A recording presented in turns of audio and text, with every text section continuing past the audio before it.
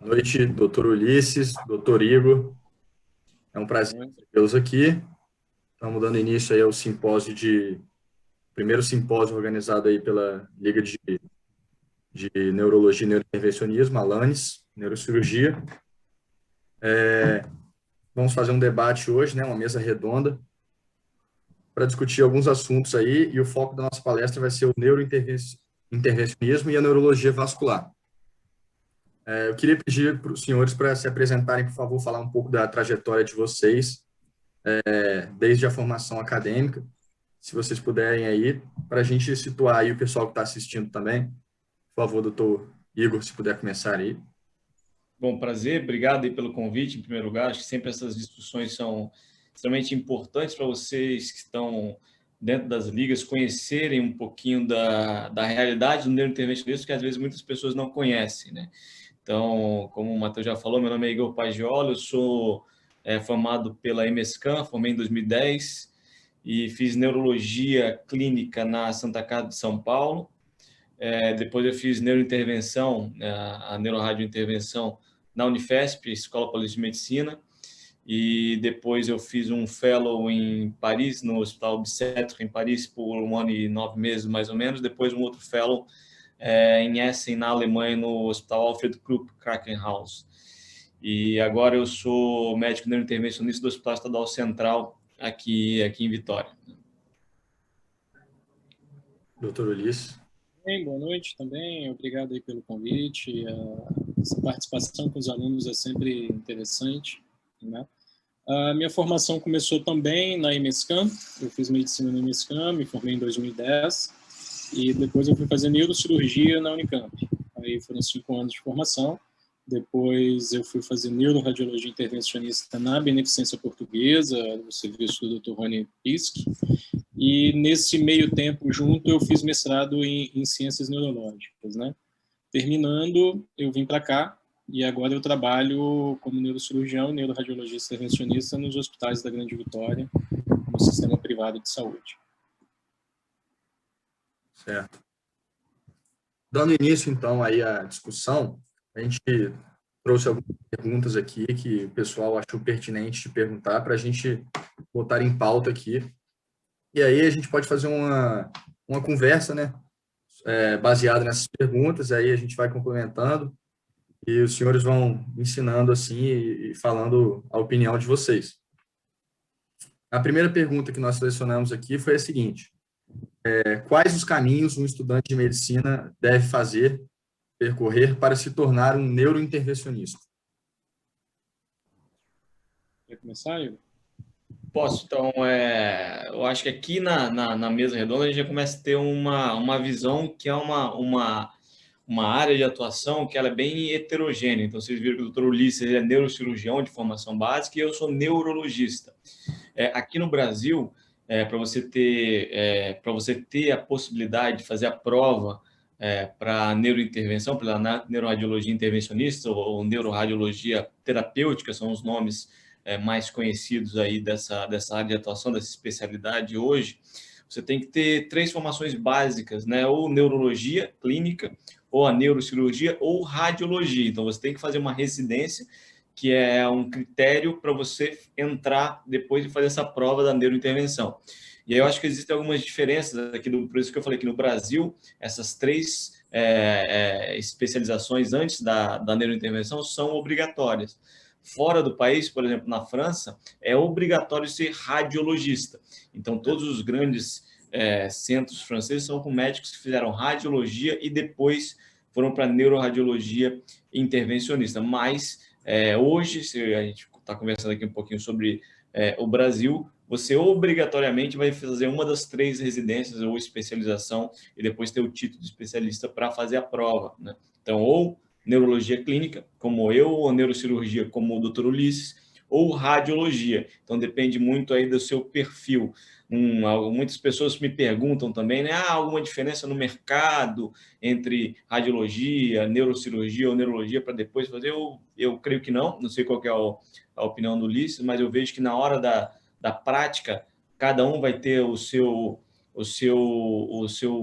modelo de conseguir, pela sua formação básica, de ajudar na forma terapêutica, mas eu acho que os três são áreas complementares. Então, nunca vi nada. Já trabalhei com médicos radiologistas excelentes, neurointervencionistas, já trabalhei com neurocirurgiões, que são neurointervencionistas também excelentes, e neuroclínico também, que começou, eu acho que um pouco a aumentar a procura, principalmente por causa do tratamento do AVC isquêmico. Mas é uma área que é extremamente heterogênea e por isso eu acho que é tão apaixonante assim e tão encantadora por essas várias áreas que você engloba dentro da neurociência. Certo. A questão que eu acho que também é importante falar é a questão do tempo, né? Quando o estudante de medicina vai optar por neurologia ou radiologia, são 3 anos de residência. A neurocirurgia são 5 anos. Então, às vezes, isso é importante, porque se às vezes o foco do estudante já é chegar na neurointervenção, talvez a radiologia e a neurologia sejam um caminho mais rápido. Como o Igor falou em relação ao mercado, o mercado ele é muito heterogêneo, né? Então, independente se você tem a formação básica como neurologista, radiologista ou neurocirurgião, o paciente acaba chegando em você pela queixa principal dele e acaba que você pode direcionar um pouco. Talvez o Igor goste mais de AVC, talvez eu goste mais de aneurismas ou fístulas, enfim. Existe uma gama enorme de doenças hoje que o neuroradiologista pode tratar, né, e isso vem aumentando. Alguns trabalhos que vão aparecendo, por exemplo, para hematoma subdural crônico, que era um procedimento cirúrgico, unicamente cirúrgico, e hoje já tem trabalhos mostrando ótimos resultados com a neuroradiologia intervencionista, né? Então, essa coisa vai se misturando. Eu acho que não dá para ficar engessado, só a especialidade tal que vai ser um bom neuroradiologista. E outra coisa, além de ser uma bobagem, outra coisa muito importante é que a formação do neuroradiologista intervencionista dura 2 anos. Então, isso, além de ter a formação para você conseguir deixar todo mundo homogêneo, é importante porque chegam 3 especialidades diferentes, só que no final todas têm que sair parecido, pelo menos, né? Então, por isso é muito importante ter a residência mesmo. Todo mundo vai ter lá, por exemplo, o Dr. Igor tem o certificado da MB de neurologista, eu tenho de neurocirurgião, mas no final é importante também ter o certificado da MB de neuroradiologista intervencionista, porque aí mostra, olha, somos homogêneos. Eu tenho certeza, basicamente, de qual é a técnica que o Dr. Igor usa para fazer o AVC ali ou um aneurisma, porque as escolas são muito parecidas, né? Eu acho que isso é muito importante deixar bem frisado. Certo. Seguindo, então, para a segunda pergunta, é o seguinte, aqui no estado, onde são os principais campos de atuação, assim, hospitais, né, para o neurointervencionista, tratando aqui do estado? Falhou um pouquinho. Começa você agora, Ulisses. Posso, mas a pergunta falhou logo no início. Perdão, vou repetir então. Aqui no estado do Espírito Santo, quais são e onde são os principais campos de atuação para o neurointervencionista? Ótimo. Isso também é importante para o acadêmico entender, porque quando a gente faz a faculdade, a gente está preocupado muito em se formar. E claro, você quer se formar, você quer passar numa prova de residência. Mas é importante você ter um pouquinho de noção do mercado que você vai tentar se inserir.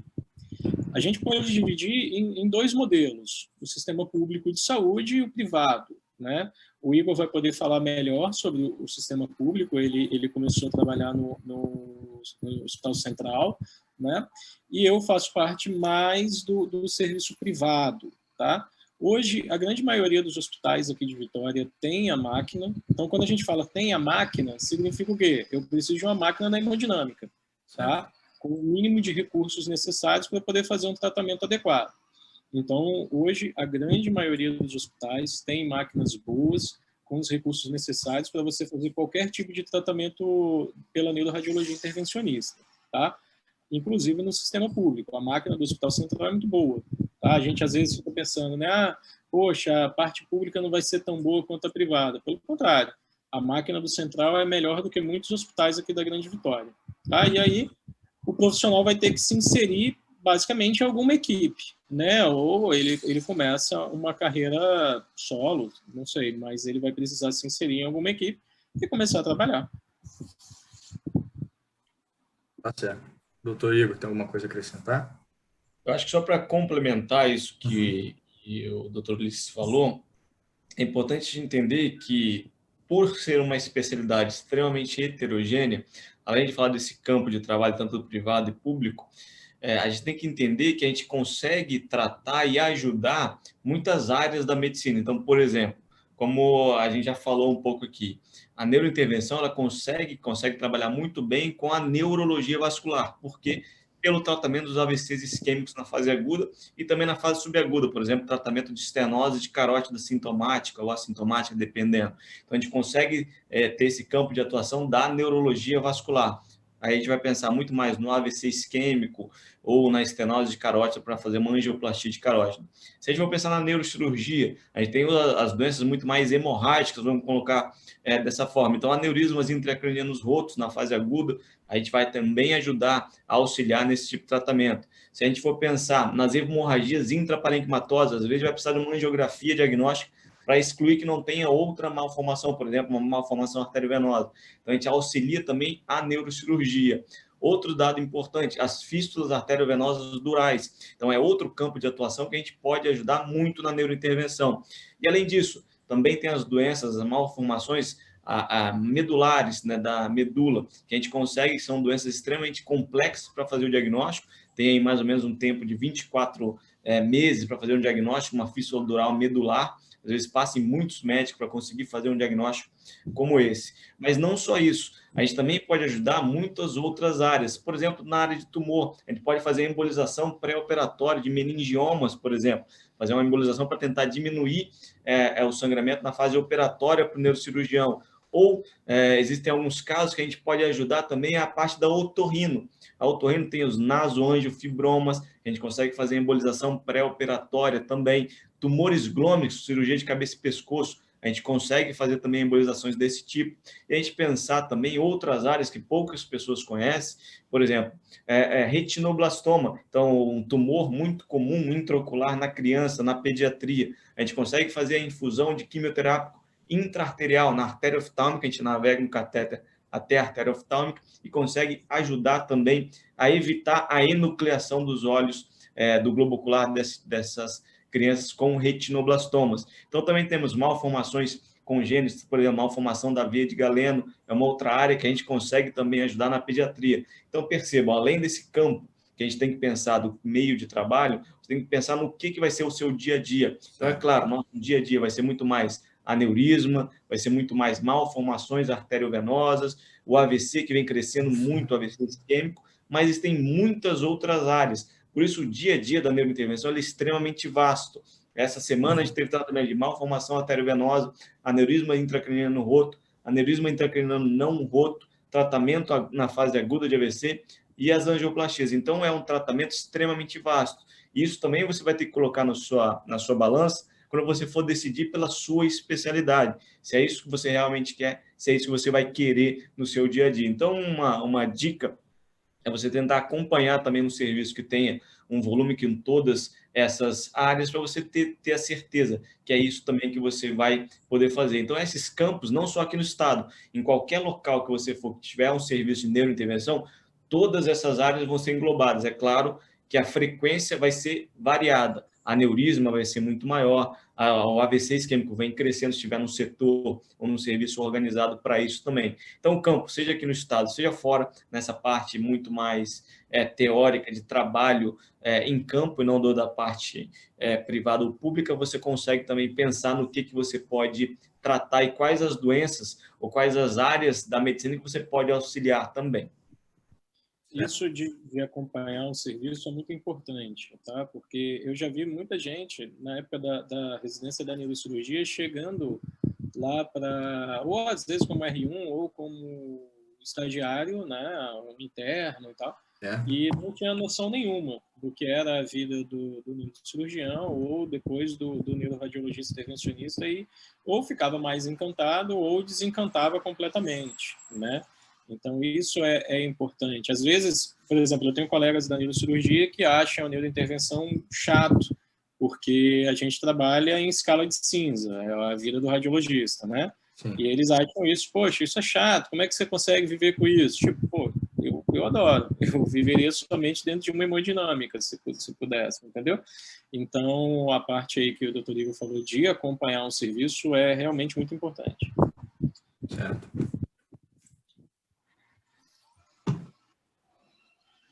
A próxima pergunta é a seguinte: quando que um paciente deve ser internado para um neurointervencionista? Isso aí a gente já abordou mais ou menos, né? Mas assim, se puder só assim centralizar melhor a ideia, acho que isso daí é meio intuitivo já.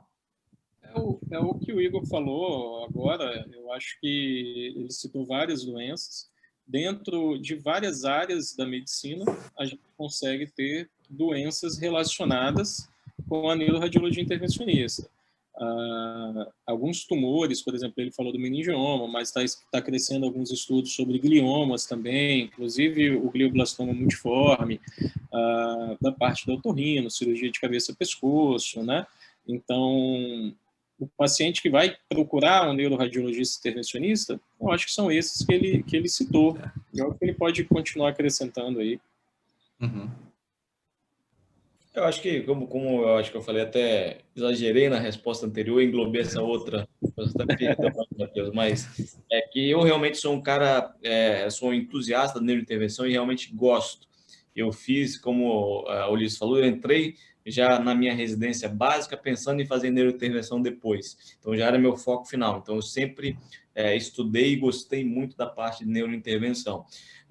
Então, como eu falei, sempre que você tiver qualquer dúvida sobre as doenças cerebrovasculares, e aí eu me englobo dentro das doenças cerebrovasculares, as doenças da medula também, eu acho que vai ser de extrema valia você pedir uma avaliação para o neurointervencionista, seja encaminhando para o consultório, então para avaliar um paciente desse tipo, e aqueles pacientes que fazem exame, às vezes, diagnóstico de forma eletiva para investigação de uma cefaleia, doenças, alterações de memória, e às vezes acham um aneurisma, vai indicar para pensar, ó, precisa tratar? Não precisa tratar esse aneurisma? É uma avaliação que é muito comum no dia a dia do nosso consultório.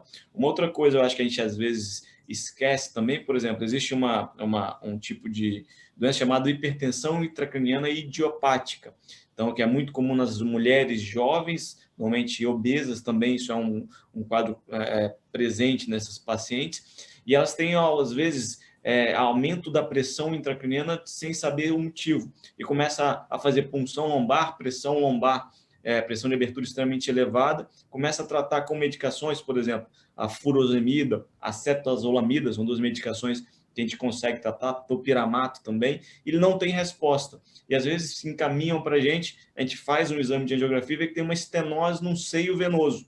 E a gente consegue tratar também esses problemas nas veias, não só nas artérias. A gente consegue botar um stent nesse seio e muitas vezes essas pacientes melhoram dos sintomas, melhorando a drenagem da circulação intracraniana. Então, acho que uma outra que eu não havia comentado é também isso. Então, sempre que tiver alguma dúvida sobre as doenças cerebrovasculares, eu acho que a avaliação e a ajuda do neurointervencionista é extremamente importante para ele tentar associar alguns conhecimentos que é muito comum na nossa formação nesses anos que a gente passa estudando. Complementando isso que o Igor falou, eu tinha falado, né, do hematoma subdural crônico, que era uma doença assim do neurocirurgião e agora está começando a mudar. A hipertensão intracraniana idiopática, no início da minha residência, ela era completamente do neurocirurgião. A gente não tinha essa noção da drenagem venosa, ainda mais que o serviço de neurocirurgia da Unicamp, ele não é muito aberto à neuroradiologia intervencionista. Então, lá é muito neurocirurgia, né? Esses pacientes a gente trata, né, com a derivação lombo-peritoneal. Você imagina que a pressão intracraniana está aumentada, então eu tenho que diminuir algum conteúdo dentro do encéfalo. Eu tenho cérebro, sangue e líquido, então eu vou diminuir a quantidade de líquido na ideia de tratar esse paciente. Então eu faço uma derivação lombo-peritoneal. Esses pacientes cursam com perda da visão, perda da comprimetria, né? Então, alguns profissionais da oftalmo conseguiam também fazer pequenas lacerações, vamos dizer assim, na bainha do nervo óptico. Só que depois com a evolução da neuroradiologia, a gente percebeu que uma estenose bilateral dos seios durais desse paciente, do transverso, por exemplo, se a gente coloca um stent, como o Igor falou, a gente consegue melhorar o paciente. Então, você imagina, antes eu teria que colocar uma válvula, né? Esse paciente ia viver o resto da vida com a válvula, tomar as medicações que o Igor falou que causam distúrbios hidroeletrolíticos. Hoje, colocando um stent, você melhora o quadro do paciente, um tratamento super pouco invasivo e com uma taxa de complicação muito menor do que a cirurgia. Lembrando que a válvula ela tem sempre o risco de entupir ou de infeccionar, né? E aí você tem que trocar todo o sistema, é super fácil. Já com stent, a complicação é muito menor. Então, assim, só para mostrar, daqui a 2 anos, possivelmente vai aparecer uma nova doença que antes era só do neurologista ou era só do neurocirurgião e agora a neurorádio consegue ter um novo tipo de tratamento. Só mais um exemplo, os hematomas epidurais. A criança, por exemplo, caiu, fez um hematoma epidural e ficou naquela fase borderline, opera ou não opera, tá? Você vai lá, agora consegue fazer a embolização da artéria meningeia e melhora um pouco o quadro e você evita uma cirurgia também nesses pacientes, tá? No caso, borderline, né? Então, é uma área que está evoluindo, tá? E eu imagino que não vai parar de evoluir tão cedo. Tem razão. Inclusive, eu pensava, assim, eu tinha na minha cabeça, antes de me aprofundar um pouco mais sobre o assunto, eu achava que um neurointervencionista, ele era necessariamente neuroradiologista. Eu não sabia que, por exemplo, um próprio neurologista clínico podia derivar para essa área. Interessante saber isso aí. É até interessante isso, Matheus, que se você for pegar na prova de título, que a gente faz a prova de título pelo Colégio Brasileiro de Radiologia. Então, a nossa associação, a Sociedade Brasileira de Neuroradiologia, ela é associada ao Colégio Brasileiro de Radiologia. Muito por isso que eu te falei. No início, quem começou nessa área foram os radiologistas. Não era uma área que interessava o primeiro cirurgião, então a gente tem que ver a história da evolução, né, da nossa especialidade. Começou, então, com radiologistas, grandes nomes da Europa, eles eram radiologistas e foram eles que criaram muitas técnicas. Então, a neurocirurgia veio entrando logo depois, né? Tiveram neurocirurgiões nessa época também. Então, hoje, no Brasil, o Colégio Brasileiro de Radiologia é quem dá o título de neuroradiologista para o médico que fez neuroradiologia diagnóstica, ou seja, radiologista, depois fez neuroradiologia diagnóstica. É o cara que faz o laudo da ressonância, da tomografia de crânio. E também é o Colégio Brasileiro de Radiologia que dá o título de especialista para nós, que somos neuroradiologistas terapêuticos. Tanto que no nosso título de especialista vai sair como neuroradiologista. Não tem essa diferenciação. Mas existe a prova é completamente diferente. Então, quando sai o seu título, sai o seu RQE, sai uma diferença, né? Você é um neuroradiologista, mas do ponto de vista terapêutico. Mas exatamente por isso, às vezes, tem essa confusão. Muita gente, às vezes, pensa, vocês fazem só laudo de ressonância? Não. Neuroradiologia diagnóstica é um campo, neuroradiologia terapêutica é um campo completamente diferente. E até tinha antes, mais ou menos uns 15 anos atrás, a especialização e a residência de neuroradiologia intervencionista, ela tinha 1 ano obrigatório de neuroradiologia diagnóstico. Hoje não tem mais, mas isso existia também um tempo atrás também. Tá certo. E lembrar só isso que ele falou, a parte da neuroradiologia, do acadêmico saber, vai vir como área de atuação, entendeu? Você é membro titular da neurocirurgia, por exemplo, no meu caso, e a minha área de atuação é a neuroradiologia intervencionista, entendeu? Tem essa diferencinha lá na AMB. Tá certo. A próxima pergunta é a seguinte.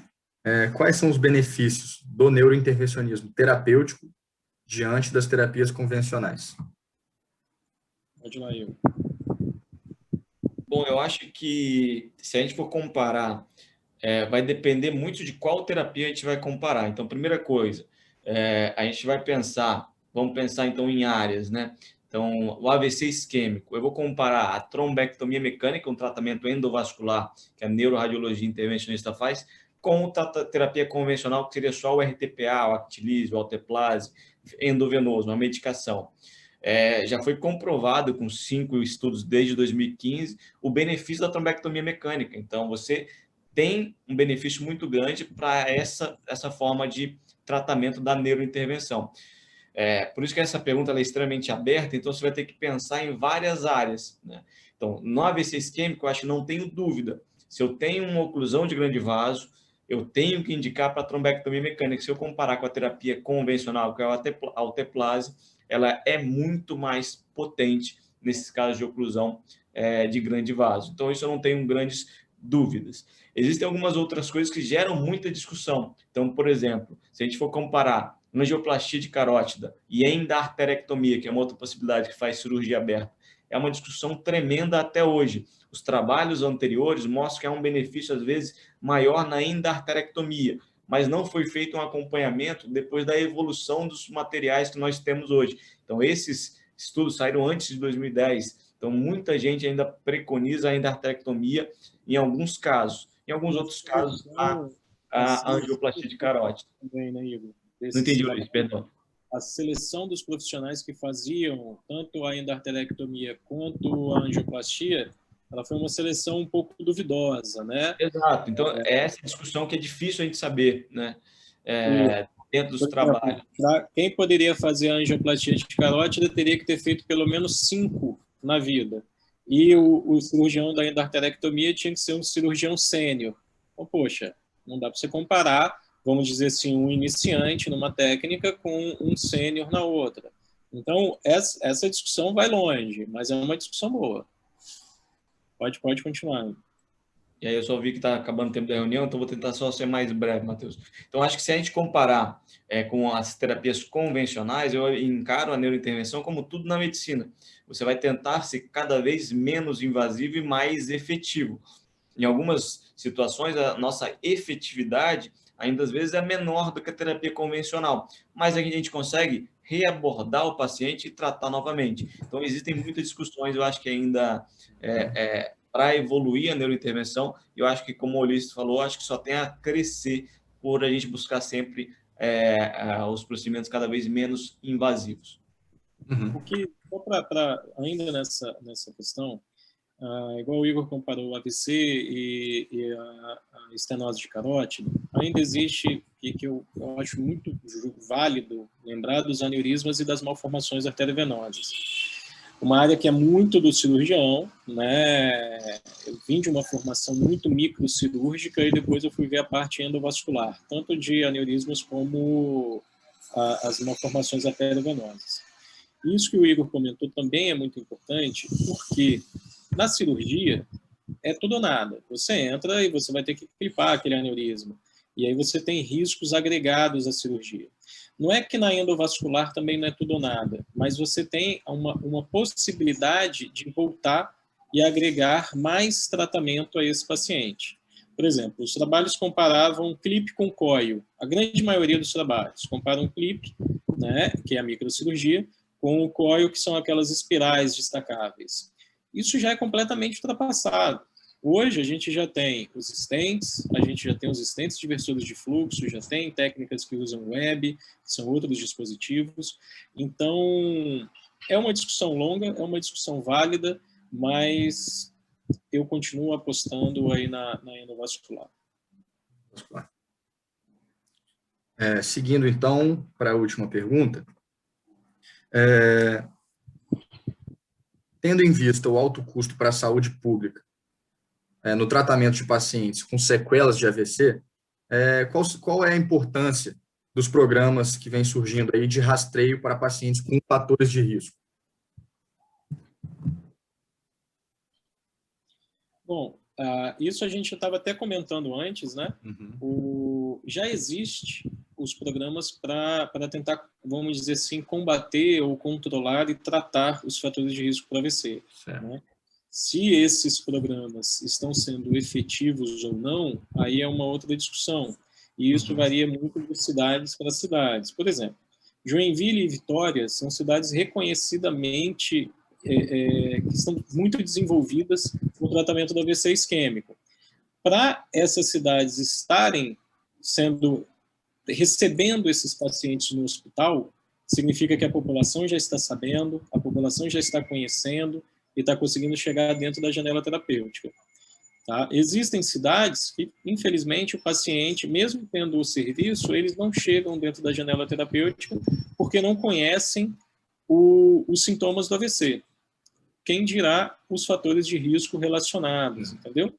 Então, mas existe, por exemplo, existem programas que vão tratar a pressão arterial dos pacientes. Certo. Existem programas que vão tentar ajudar o paciente a cessar o tabagismo, a hiperlipidemia, né? Agora, a questão é ver se isso está sendo eficaz ou não. Uhum. Doutor Igor, se tiver alguma coisa a complementar? Eu acho que a prevenção do AVC é primordial. É muito mais fácil você prevenir um AVC do que você tratar um AVC. Claro que se a gente for pensar, o AVC isquêmico existem várias etiologias e 90% das suas causas são causas evitáveis. Então, existem outras causas que não, mas se você tiver um controle da população, isso se passa muito pela informação, seja ele por controle do estresse, alimentação saudável, atividade física regular, isso tudo vai evitar que a população chegue com os fatores de risco mais comuns relacionados ao AVC. Isso a gente vai pensar tanto no AVC isquêmico quanto no AVC hemorrágico, mas a prevenção deve ser sempre um ponto fundamental em qualquer política de saúde pública, que é algo que é muito barato. Da medicina, né? É uma máxima da medicina, acho que tem que ser feito. Traz muito resultado, né? Então, além disso, depois você precisa estar estruturado para atender esse tipo de doente que tem um AVC isquêmico. Como o Dr. Ulisses falou, Vitória é um centro que é extremamente organizado. A gente tem o centro, que é o Hospital Estadual Central, que hoje drena todos os pacientes do sistema público de saúde com suspeita de AVC isquêmico nas primeiras 24 horas dos sintomas. Então, a gente tem um volume muito grande lá, comparável até com os centros que eu fiquei na Europa. É semelhante o número de casos de trombectomia que a gente realiza no Hospital Estadual Central. Então, além disso, além de você tratar esse doente, que são tratamentos que normalmente são extremamente caros, e a gente consegue fazer esse tratamento no SUS, lá no Hospital Estadual Central, como eu faria em qualquer outro hospital privado, seja aqui, seja em São Paulo, ou seja fora do país, lá a gente consegue fazer esse tipo de tratamento. E além disso, não é só o tratamento, você precisa fazer também o segmento desse doente após. Então, também, que é algo que ainda a gente precisa melhorar um pouco ainda aqui no estado, é a fisioterapia após a reabilitação desses doentes, que às vezes a gente começa a fazer esse tratamento, o paciente vai ter uma melhora, mas ele precisa continuar a sua reabilitação para essa melhora vir de forma contínua. Então, isso ainda é o que a gente vem tentando melhorar aqui no estado, para a gente conseguir um centro de referência de reabilitação. Como existem outros locais, como a Rede Sara, que é um centro de reabilitação muito importante, né? E o Luci Montoro, que são duas regiões que conseguem fazer não reabilitação só para o paciente com AVC isquêmico, mas para qualquer tipo de reabilitação. Importante lembrar que a melhor resposta do AVC vai ser avaliada 3 meses depois do evento, né? Então, a reabilitação, no caso, é de extrema importância logo no início, logo depois que esse paciente é tratado. Então, se você tem um centro de referência que você possa, depois do tratamento, encaminhar para que ele possa, de fato, fazer uma reabilitação, o resultado vai ser muito melhor. Não é claro, como qualquer doença, você vai tratar e você não vai ter 100% de melhora daquele paciente, concorda? Então, talvez aquela melhora que faltou no tratamento, que o tratamento não foi eficaz em 100%, isso vai vir com a reabilitação depois. Tá certo. Então, a gente encerrou aí as perguntas. Se algum dos senhores tiver alguma consideração final para fazer. Bom, eu acho assim, o acadêmico, ele tem que, primeiro, entender o que ele gosta, né? Qual a área que ele gosta. Ele gosta mais de cirurgia, ele gosta mais de clínica, ele tem alguma aptidão para radiologia. Ele tem que acompanhar os serviços e, principalmente, nos hospitais de escola, ver qual é a doença que ele gosta, né? Uma vez optando por uma área relacionada ao sistema nervoso central, independente se ele vai ser neurologista ou neurocirurgião, é muito importante ele fazer acompanhar no serviço e traçar o plano dele, o que ele vai querer fazer, vai ser neurologia, neurocirurgia, radiologia, se o objetivo final é a neuroradiologia intervencionista. É uma área muito legal, que está crescendo e tem tudo para crescer mais, não só na quantidade de pacientes que vão chegar para a gente, mas no número de doenças que vão aparecer para a gente tratar também. Beleza, então. Queria agradecer mais uma vez a presença dos senhores. Foi um prazer. Muito obrigado aí pelos ensinamentos, doutor Ulisses, doutor Igor também. E até a próxima oportunidade aí. E muito obrigado. Eu que agradeço aí o convite. Deixo aberto quem quiser ir lá conhecer no Hospital Estadual Central. A gente está de portas abertas. Pode entrar em contato comigo pelo Instagram, @neuroradio_Igor Pajola. Manda um direct. A gente tenta organizar para vocês irem conhecer um pouco dessa área que é realmente apaixonante, tá certo? Então tá lá que quem coordena o serviço, doutor Leandro de Assis Barbosa, e ele deixa sempre aberto para quem quiser ir lá conhecer. Beleza. Eu agradeço o convite e estou à disposição. Quem quiser conversar mais sobre o assunto, manda mensagem, e-mail, estou à disposição aí.